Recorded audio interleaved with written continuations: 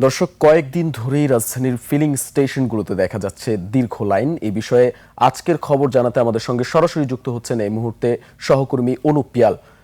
অনুপ, রাজধানীতে তেলের পাম্পগুলোতে এই মুহূর্তে আপনি পরিস্থিতি কেমন দেখছেন? সেখানে সাধারণ মানুষ কেমন প্রতিক্রিয়া জানাচ্ছেন?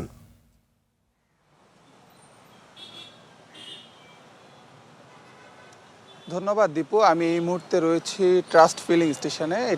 যেটি বিজয় সরণির কাছাকাছি এই স্টেশনটিতে কিন্তু এখন যে সকালবেলার যে পরিস্থিতি আমি যদি আপনাকে সেটা জানি, এখানে কিন্তু যে লাইনটি তেলের জন্য যে লাইনটি তাদের রয়েছে, এই লাইনটি কিন্তু এই ফিলিং স্টেশন থেকে কিন্তু শুরু করে কিন্তু এই লাইনটি কিন্তু বিজয় সরণি পর্যন্ত চলে গিয়েছে।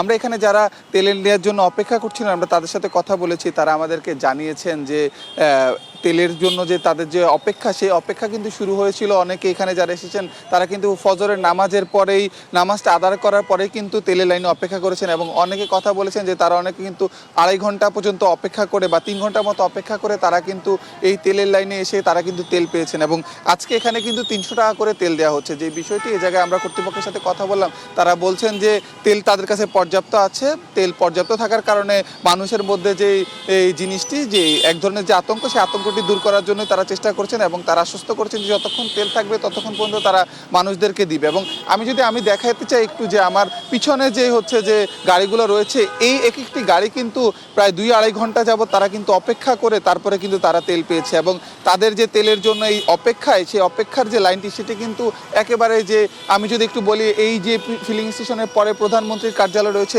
তারপরে আবার যে জাহাঙ্গীর গেট অর্থাৎ জাহাঙ্গীরনগর গেট কিন্তু পার হয়ে গেছে। এবং এখানে বাইকাররা ছিলেন, তারা কিন্তু অনেকে বলছেন যে তাদেরকে যদি একটু বেশি তেল দেওয়া হয় সেই জিনিসটা তাদের জন্য উপকার হয়। অনেকে এখানে সে অভিযোগ করছেন যে যেই তেল দেওয়া হচ্ছে সেই তেলের জন্য যে সেই অপেক্ষার যে সময়টা নষ্ট হচ্ছে, সেই বিষয়টিকেও কিন্তু তারা বিবেচনায় আনতে বলেছেন, এবং তাদেরকে কিন্তু বেশি তেল দেওয়ার জন্য তারা দাবি জানিয়েছেন।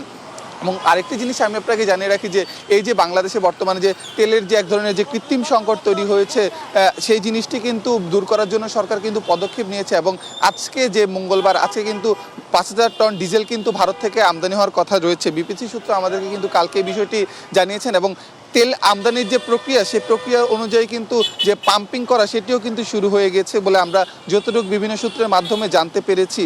এবং এই যে ফিলিং স্টেশনে তেল পাওয়া গেলেও কিন্তু অনেক ফিলিং স্টেশনে তেল পাওয়া যাচ্ছে না, যে বিষয়টি কিন্তু একটু চিন্তার বিষয় বলেই কিন্তু এই জায়গাটাই মানুষ যে ভরসার জায়গা হিসেবে তেল পাবে, এটুক ভরসায় কিন্তু এখানে এসে তারা ভিড় করছেন। দীপু, এই ছিল আমার কাছে ফিলিং স্টেশন থেকে সর্বশেষ। অনুপ, আপনাকে ধন্যবাদ।